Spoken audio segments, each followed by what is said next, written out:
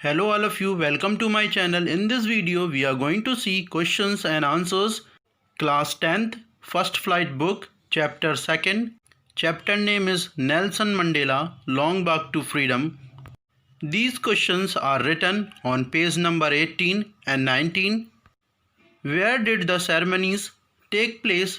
Can you name any public buildings in India that are made of sandstone?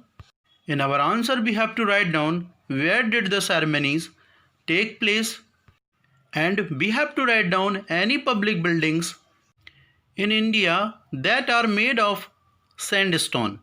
Now we will see our answer. The ceremonies took place in an amphitheater which was formed by Union buildings in Pretoria. In India, we have many public buildings made of sandstone, some of which are Rashtrapati Bhavan, Red Fort and the Supreme Court of India in New Delhi.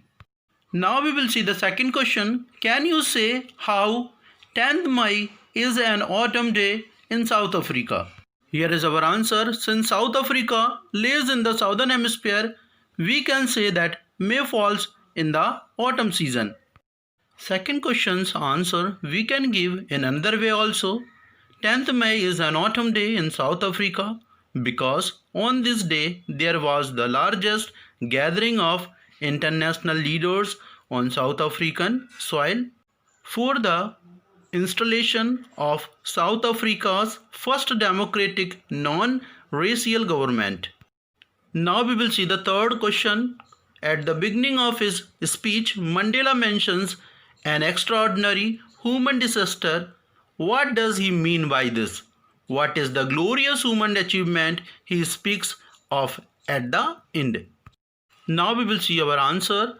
By an extraordinary human disaster, Mandela is referring to the apartheid system that was prevailed in South Africa under the previous leadership. People of color were treated unfairly and no human being deserved that. He stood against the unjust practices and finally won the democratic elections to become the first black president of South Africa. He refers to this win as a glorious human achievement. Now we will see the fourth question. What does Mandela thank the international leaders for? Here is our answer. The author thanked the international leaders for joining and supporting them in their victory of freedom, justice and human dignity.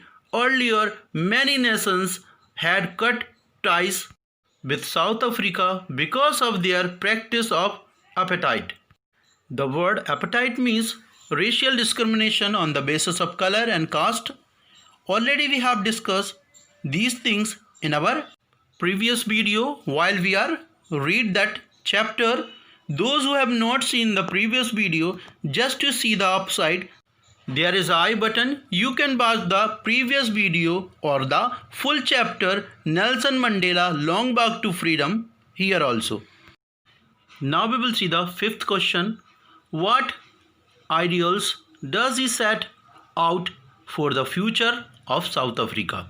Here is our answer. As the newly elected president of South Africa, Nelson Mandela wanted to liberate the country of all the unjust practices. He set out ideals for a country which was free of poverty, discrimination and injustice. Now we are going to see next 5 questions. These questions written on the page number 21. Now we will read our question number 6. What do the military generals do? How has their attitude changed and why? Here is our answer.